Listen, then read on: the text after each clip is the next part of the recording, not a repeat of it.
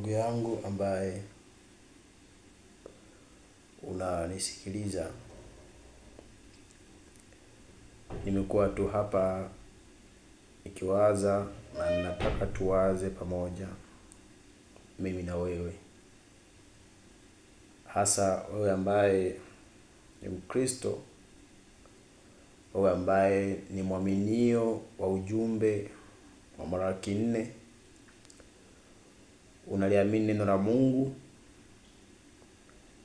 la kupitia kwa nabii wake William Marion Branham, ambaye tunaamini ya kwamba Mungu alimtuma kwa ajili ya kizazi hiki, akiwa na majukumu kadhaa, ambapo ikiwa mojawapo ni kurejesha imani ya watoto iwarudie baba zao, ambao umekaa na ukafundishwa kwamba hao watoto ni watu gani. Watoto wa Kipentekoste ambao walipatikana baada ya ufufuo au uamsho wa Azusa Street, ambapo katika historia ya kanisa tumefundishwa na kuona kwamba Roho Mtakatifu alishuka tena kwa mara ya pili baada ya kushuka siku ya Pentekoste. Na baada ya kushuka kwa Roho Mtakatifu ndipo wanapatikana watoto wa Mungu ambao waipokee imani ya baba zao. Ambao baba zao ni watu gani? Sasa baba zao wanakuwa ni mitume ambao ndio walioubeba msingi wa Ukristo. Sasa leo nimekuwa nikiwaza mambo kadhaa. Wakati ninawaza na kuona mwenendo wa jamii ya Wakristo, jamii ya waaminio ambayo imelirai kwenye past, imeegemea kwenye mambo yaliyopita. Sasa nikawa nawaza, nikamchukua Paulo wakati katika jumbe za mwisho za mtume Paulo aliacha maagizo, aliacha matahadharisho, aliacha angalizo, akiwaambia wazee kulichunga kundi ambalo limekwisha patikana,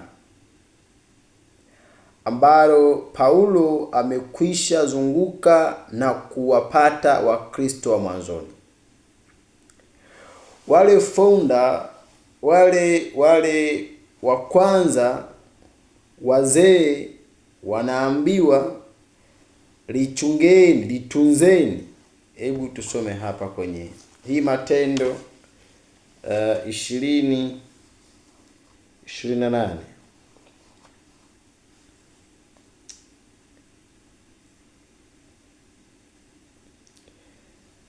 Tuanze 24.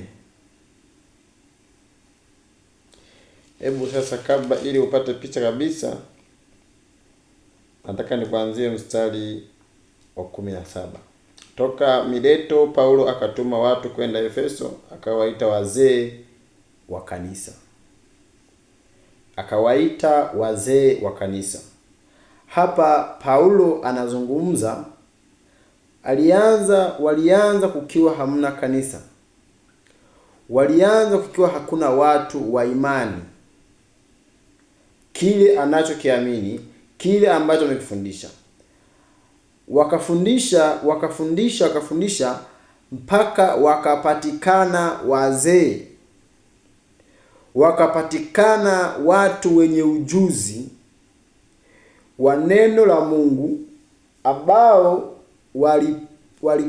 walikuwa na uwezo wa kusimamia, na ndiyo maana wakaitwa wazee wa kanisa. Watu ambao wanaweza kupambanua mambo na kuyaelewa, watu ambao wanaweza kuwa waangalizi wa makanisa. Sasa akawaita wazee. Walipofika kwake akawaambia. Nataka sasa tutafakari haya ambayo Paulo anawaambia wazee. Hawaambii wapagani, hawaambii watu wa mtaani, hahubiri ulimwengu, anawaambia wazee, watu wake. Sasa kwenye wazee hapo, jiweke wewe hapo, mtumishi wa Mungu, jiweke wewe hapo, mtu ambaye umepata neema ya Mungu ya kusikiliza ujumbe na kuhubiri ujumbe na kuyaelewa mambo ya ujumbe na kufuatilia na kuelewa maana ya ujumbe huu ni kitu gani. Hapa Paulo anawaita wazee. Asema, ninyi wenyewe mnajua tangu siku ya kwanza nilipokanyaga hapa Asia, jinsi nilivyokuwa kwenu wakati wote, nikimtumikia Bwana kwa unyenyekevu wote, na kwa machozi na majaribu yaliyonipata kwa hila za Wayahudi, ya kuwa sikujiepusha katika kuwatangazia neno lolote liwezalo kuwafaa. Sikujiepusha kuwatangazia neno lolote liwezalo kuwafaa, bali naliwafundisha waziwazi na nyumba kwa nyumba, nikiwashuhudia Wayahudi na Wayunani wamtubie Mungu na kumwamini Bwana wetu Yesu Kristo. Basi sasa angalieni, nashika njia kwenda Yerusalemu, hali nimefungwa rohoni, nisiyajue mambo yatakayonikuta huko, isipokuwa Roho Mtakatifu mji kwa mji hunishuhudia, akisema ya kwamba vifungo na dhiki vyaningoja. Lakini siyahesabu maisha yangu kuwa kitu cha thamani kwangu, kama kuumaliza mwendo wangu na huduma ile niliyoipokea kwa Bwana Yesu, kuishuhudia habari njema ya neema ya Mungu. Na sasa tazameni, mimi najua ya kuwa ninyi nyote niliwahubiria ufalme wa Mungu. Niliwahubiria ufalme wa Mungu, nikienda huko na huko, hamtaniona uso tena.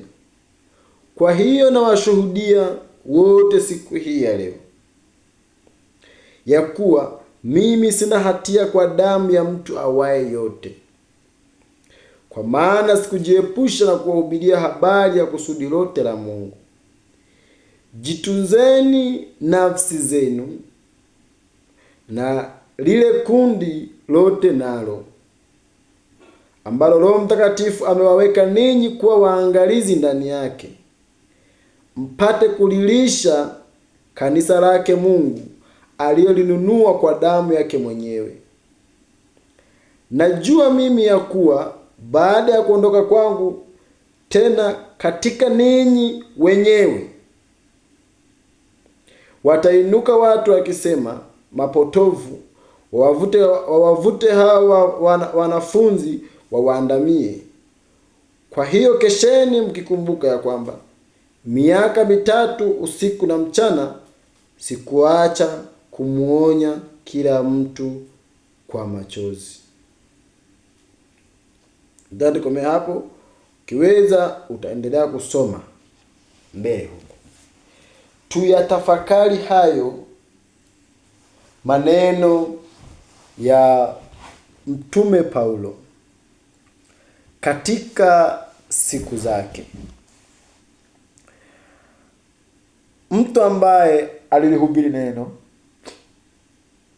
na akaona yale ambayo yanaenda kulipata kusanyiko ambalo analiacha. Wakati anataka kuondoka, alibaki kuwa na mzigo. Aliondoka lakini akiwa na mzigo wa watu ambao anawaacha. Je, baada ya kuondoka kwake, watu wataendelea na imani ambayo amewafundisha? Baada ya kuondoka kwake, watu wataendelea kufuata na kuhubiri kile ambacho yeye amefundisha, amehubiri? Anawaita wazee ambao ndio anawaacha, ambao ndio wasimamizi. Anawaambia, mimi nimewahubiria, nimewafundisha. Kila neno lililofaa niliwaambia, na niliwafundisha waziwazi neno la Mungu. Jitunzeni nafsi zenu na lile kundi nalo ambalo Mungu amewaweka kuwa viongozi. Paulo anasema kwamba najua baada ya kuondoka kwangu, katika siku ambazo mimi sitakuwepo, watainuka watu. Katika siku ambazo Paulo hatakuwepo, watainuka watu.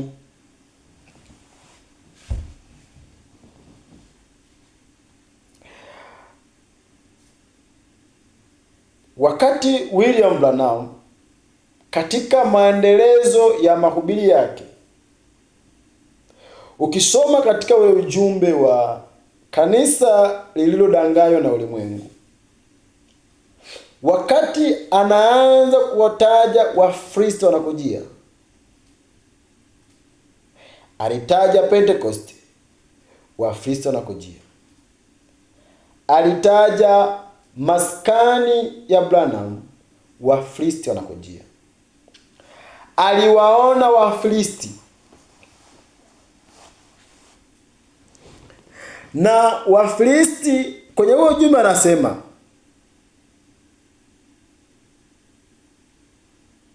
kitu gani kimewapata? Mmejiachilia tena kwa ulimwengu.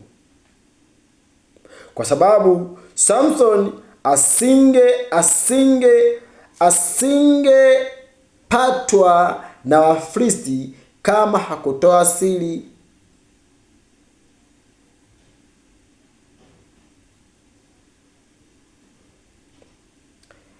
Baada ya kuondoka kwa nabii, baada ya kuondoka kwa William Branham, tukiwa mashahidi, tumesoma jumbe na kuyaona na kusoma hadithi na historia zikitufundisha na kuona jinsi ambavyo Mungu alifanya kazi na William Marion Branham.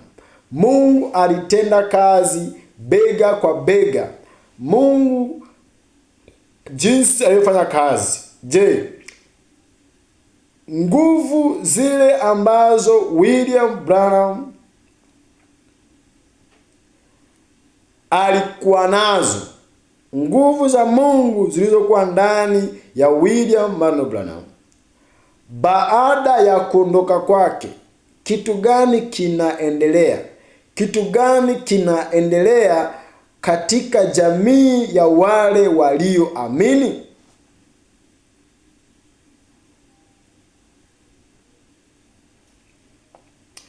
Je, tunahitaji leo tena awepo William Branham ili tuendelee kupata masimulizi ya nguvu za Mungu katika maisha yetu? Kwa wasomaji wa historia, William Branham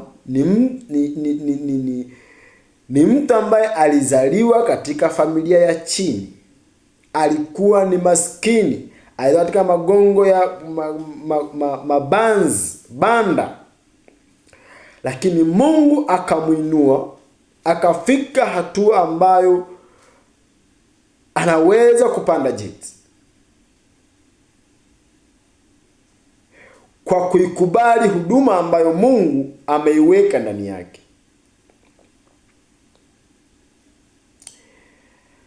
Na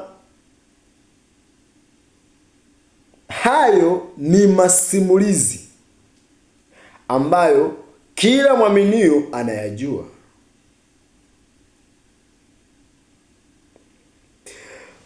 Tuna ushahidi wa visitation za nguzo ya moto. Utanisamehe wale ambao mna ideology tofauti katika hili.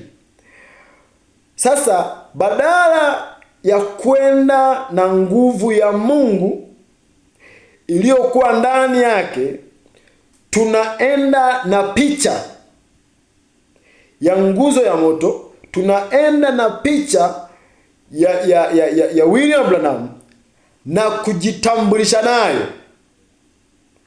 Je, huo ndio ujumbe wa saa?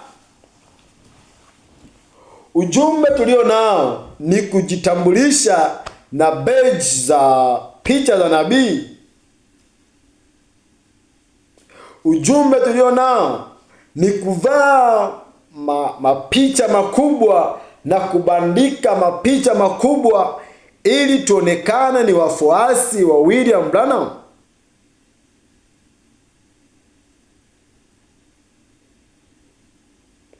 Kitu gani ambacho nabii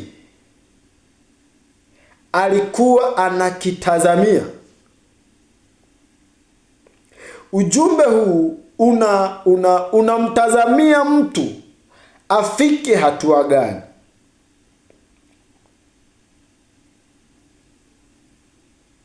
Ujumbe wa William Branham ulirekodiwa ili ziwe ni playlist za kwenye nyimbo zetu, za kwenye simu zetu, na inaishia hapo.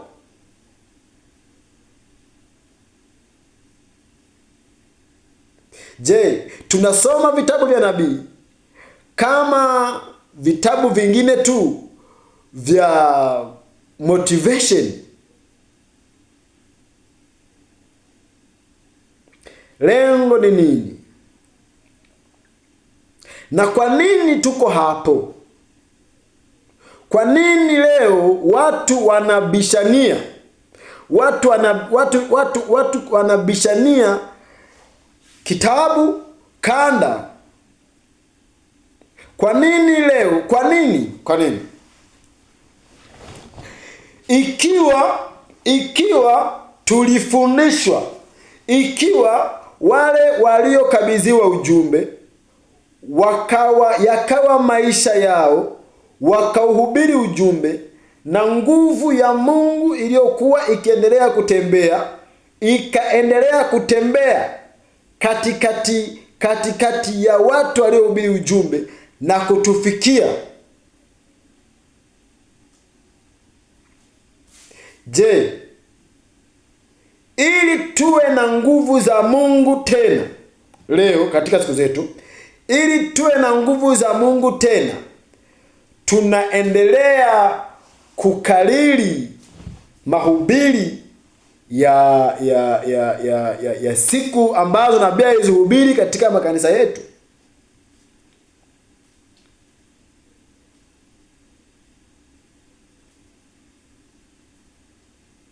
Kitu gani kinahitajika leo? Nabii akija leo, yaani leo sasa William Branham akarudi katika siku zake, akaliangalia kanisa. Unawaza nini? Unawaza nini wakati ambapo atakuta kuna makundi ya mitara? Unawaza nini mahali ambapo atakuta kuna makundi mengi ambayo hata hakuyaacha? Unawaza nini? Unawaza nini atakapokuta kwamba ujumbe aliohubiri watu wamefanya kuwa dhehebu, na dhehebu bora limekuwa, dhehebu moja limekuwa bora kuliko dhehebu jingine?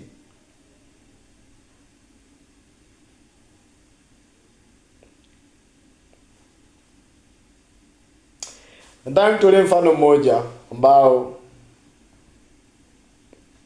ni wa kawaida. Ni wa kawaida. Wakati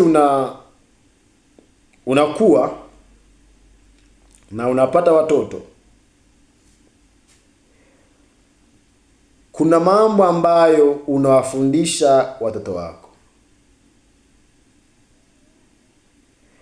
Ukiwa na ono la wafike hatua fulani ambayo, yani yale mambo unawafundisha yawe ni maisha, yawe na effect katika maisha yao, na unatazamia kuyaona. Kwa mfano, umewahadisia watoto wako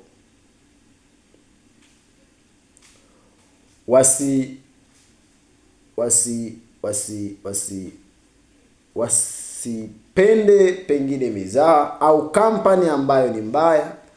Ukamwambia kampani hii, ukiwa na hii utavuta sigara, huwezi kuacha, huwezi. Ukijikuta kwenye urafiki na walevi utakuwa mlevi.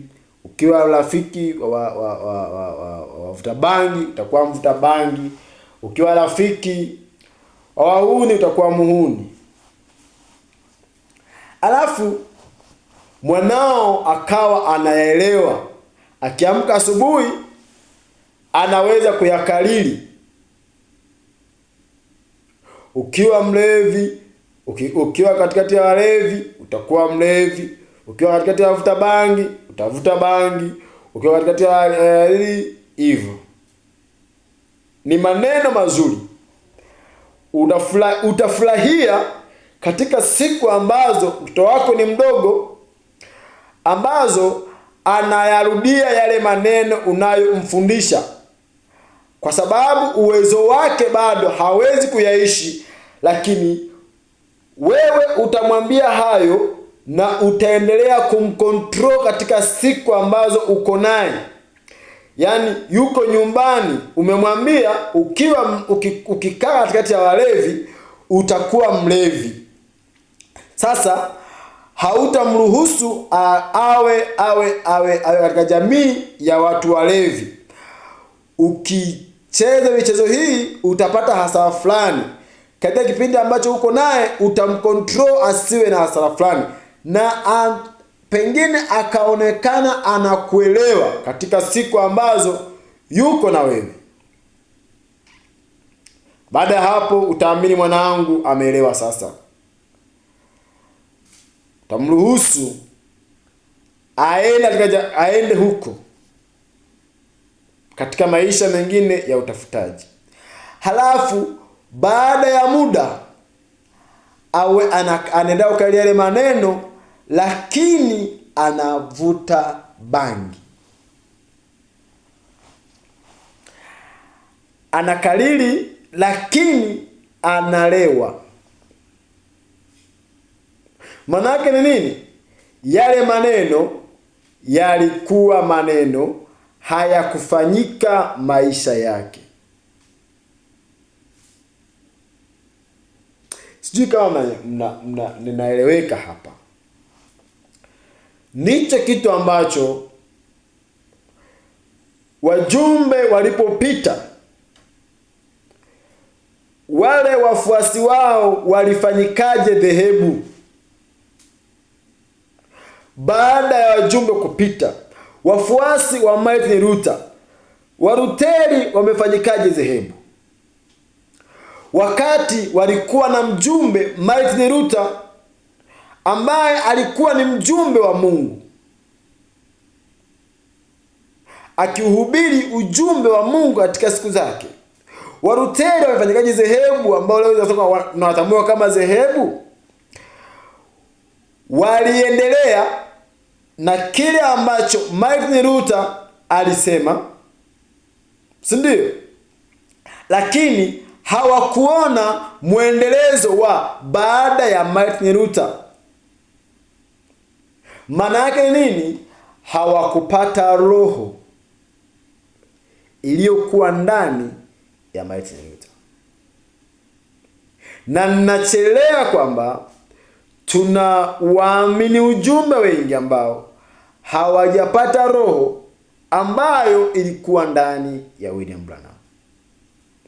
Na tutapata wachungaji wengi ambao ni wachungaji wa ujumbe lakini hawajapata roho ambayo inaambatana na huu ujumbe. Ndio maana Paulo alisema, watainuka watu na katikati yenu wanaopotosha ujumbe. Ni watu gani katikati yenu? Watu wameentertain picha badala ya nguvu za Mungu. Hatimaye watu wamebaki na picha na msisimko wa ibada. Ndio maana watu inapofikia mahali, kwa sababu neno la Mungu linahusisha maisha, watu wanarudi kwenye matambiko yao, watu wanarudi kwenye ibada zao za sanamu, kwa sababu hakuna maisha ambayo yanaambatana na ujumbe. Ujumbe upo mdomoni, ujumbe upo kanisani, ujumbe umebaki kwenye vitabu na hadithi za William Branham alifanya hivi, William Branham alifanya hivi. Je, wafuasi wa William Branham wafanya nini? Ndiyo maana tunarudishwa kwenye kukalilishwa tena kanda. Tunarudishwa kwenye kukalilishwa tena kanda. Maana yake ni kwamba watu hawajapata nguvu za Mungu zilizoendelea, kwamba yani ni kwamba ujumbe haujafanya kazi yake ya kutosha. Ujumbe haujafanya kazi yake ya kutosha. Hivyo William Branham anahitajika tena arudi katika siku zake. Nataka nikwambie, unajua hasara yake ni nini? Mwangalie Sauli.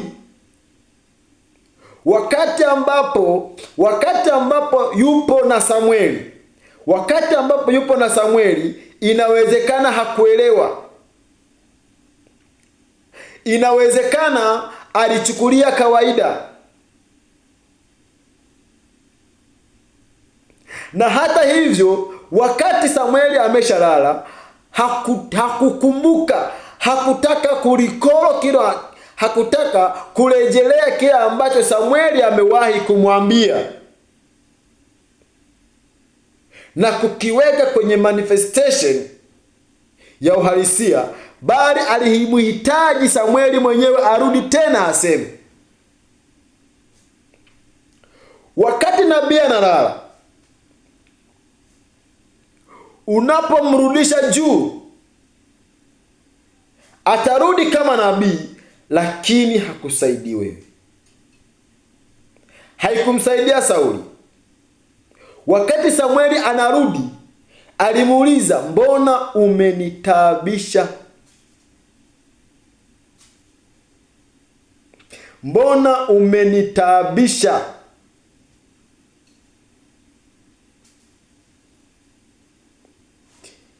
Wewe na wanao, kesho mtakuwa na mimi.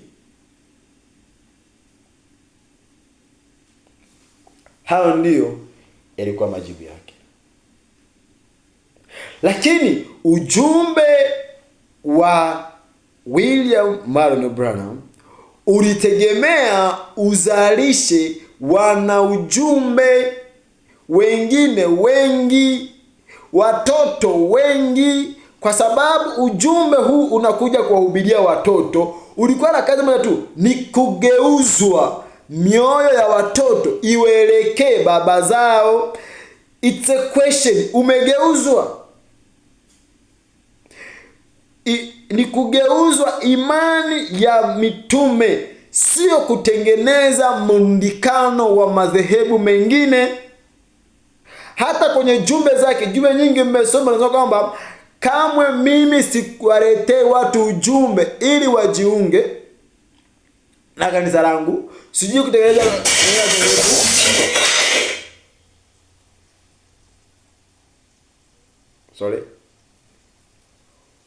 Ujumbe wa William Branham umekuja kuwafanya watoto ambao wameshapokea Roho Mtakatifu, kuwakamilisha kwenye imani ya baba zao.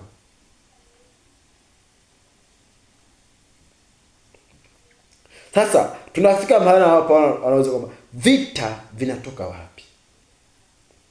Kuna mahali Paulo anasema kwamba mlianza katika roho, mnataka mmalize katika mwili.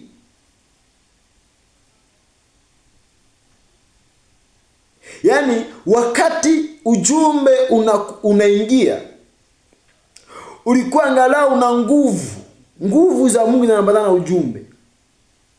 Watu walikuwa na bidii na Mungu aliwabariki, aliambatana nao. Sasa watu mnataka kumaliza mwendo katika mwili. Mrudie ibada zenu za sanamu tena, mrudie matambiko yenu tena, mrudie ukatoliki wenu tena.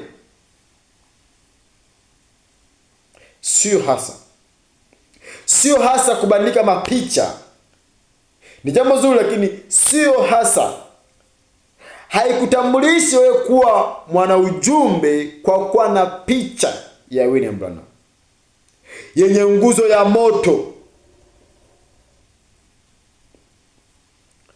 Watu wanataka waone hiyo nguzo ya moto iko ndani yako. Ikiwa ndani yako, utasema yale ambayo nabii angeendelea kusema. Utasema kila ambacho William Branham angesema. Sasa mnataka tuanze kuomba, tuombe kwa kabla. Kweli? Hakuna watoto waliokuwa. Yaani huu jumbe haujazalisha yaani watoto hawajakuwa.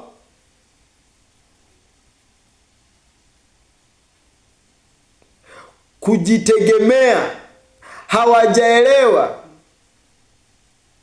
Kwa sababu ujumbe usio mithali ya umini, sio katekisimu. Ujumbe sio liturujia, haitupatii liturujia.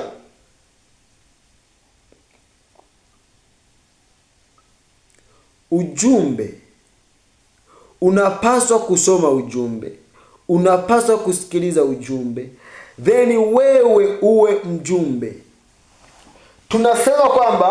Tunasema kwamba William Branham tofania yake alifunua kitabu cha Ufunuo, si ndio? Sasa Yohana anaambiwa kitwae kile kitabu ukile. What's next? Kutoa unabii, to prophesy. Baada ya kukila kitabu, una kazi ya kufanya, sio kuendelea kulikoro kitabu. Una kazi ya kufanya.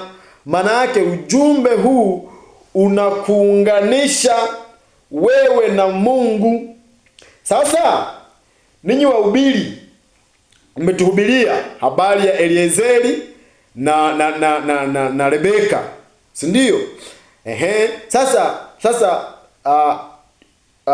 kwamba Rebeka ni bibi harusi, si ndio, ambaye anaenda kuolewa na Isaka ambaye ni mfano wa Kristo, si ndio? Huyu mshenga katikati ni nani? Mshenga katikati ni Eliezeri, ambaye leo Eliezeri ni nani?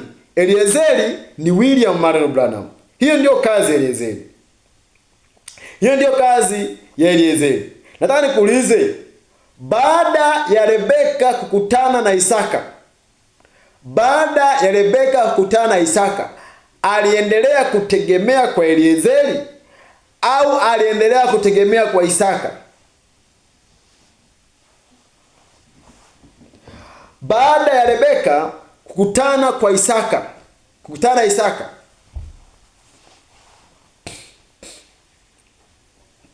soma Mwanzo 25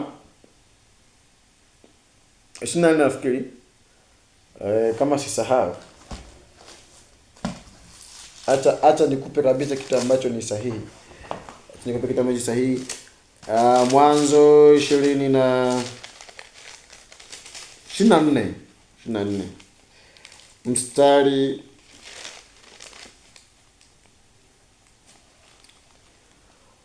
mstari wa 62. Mstari wa 62 anasema, basi Isaka alikuwa amekuja kwa njia ya Beri la Hailoi, maana alikuwa katika nchi ya kusini. Akainua macho yake akaona kuna ngamia wanakuja. Rebeka akainua macho yake, naye alipomwona Isaka alishuka juu ya ngamia. Akamwambia mtumishi, ni nani mtu huyu ajaye kondeni kutulaki? Mtumishi akasema, huyu ndiye bwana wangu. Basi akatoa shela yake akajifunika. Yule mtumishi akamwambia Isaka mambo yote aliyoyatenda. Isaka akamwingiza Rebeka katika hema mama yake Sara, akamtoa Rebeka akawa mkewe, akampenda Isaka, akamfariji kwa ajili ya kufa kwa mama yake. Umeona hapo? Baada ya Eliezeri kumposea Isaka mke, anamkabidhi kwa Isaka, na Isaka anatoa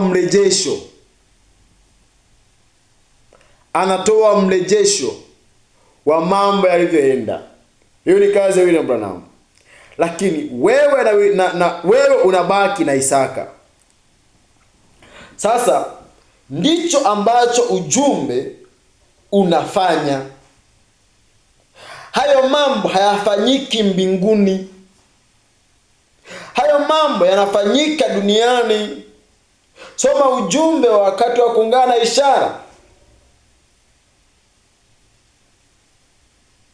Hayo mambo yanafanyika duniani. Muungano wa bibi harusi wa mbinguni bibi harusi na Kristo wa mbinguni. Soma huo ujumbe. Bibi harusi na bwana harusi wanaungana, wanakuwa kitu kimoja. Eliezeri ameenda kutoa taarifa. Unataka wa nini? Unamtaka Eliezeri wa nini leo hii?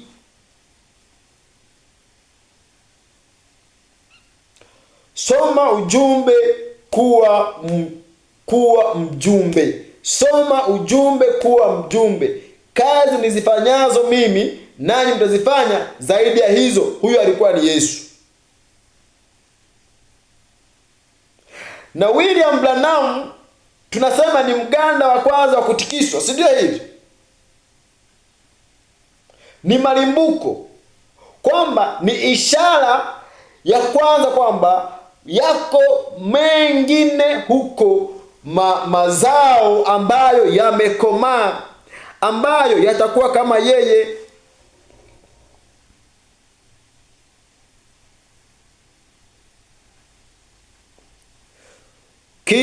Na ukumbusha kitu kimoja kwamba kilichowafanya wafuasi wa manabii kuwa dhehebu ni kushindwa kutambua roho, mwendelezo wa roho ya Mungu ndani ya wale manabii. Walutheri walishindwa kumuona Luther.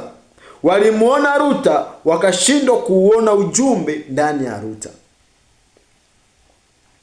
Vivyo hivyo wa Methodist, vivyo hivyo wa Baptist. Ndicho kitu kinachoenda kutokea.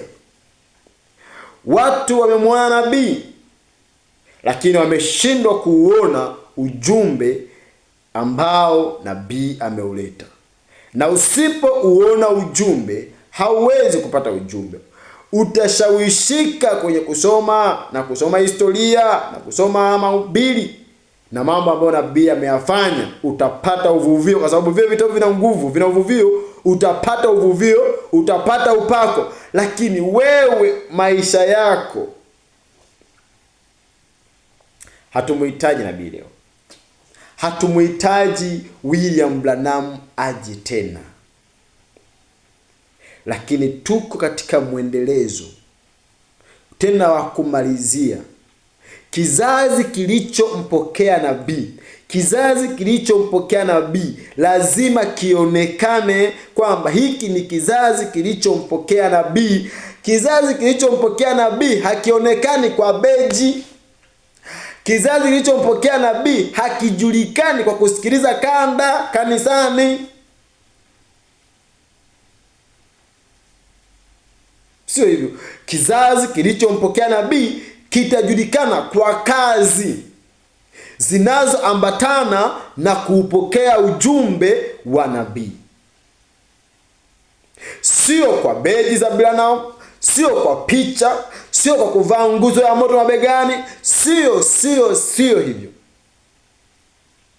Sio kwa kusali kanisa fulani kubwa, sio hivyo. Kizazi kilichompokea nabii kitajulikana kwa kazi zile ambazo nabii alizifanya. William Branham alifufua wafu, lazima kuweko na wafu atakaofufuka leo. Kazi alizozifanya. Neno la kweli la Mungu liendelee kuhubiriwa. Wanahubiri watu gani? Leo hii na Branham haendelee kuhubiri. Mwili wa William Branham umeshaoza. Upo kaburini, umeshaoza. Unasubiria kufufuka katika ufufuo ule ambao Kristo atakuja kufufua. Sasa hahubiri. Nabii leo hahubiri. Wanahubiri watu.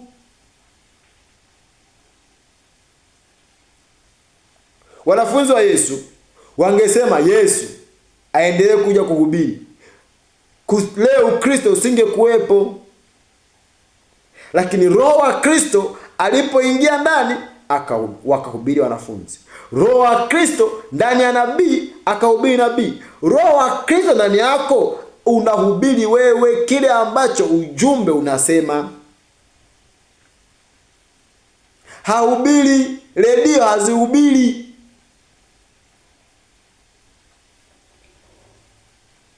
CD hazihubiri. Lazima waweko watu ambao wamekomaa katika ujumbe, wazee katika ujumbe, watakaoweza kuufundisha ujumbe. Waweko wazee katika ujumbe, watakaoweza kuufundisha nini? Kuufundisha ujumbe. Mungu awabariki. Niwatakia wakati mwingine hadi pale tutakapokutana tena.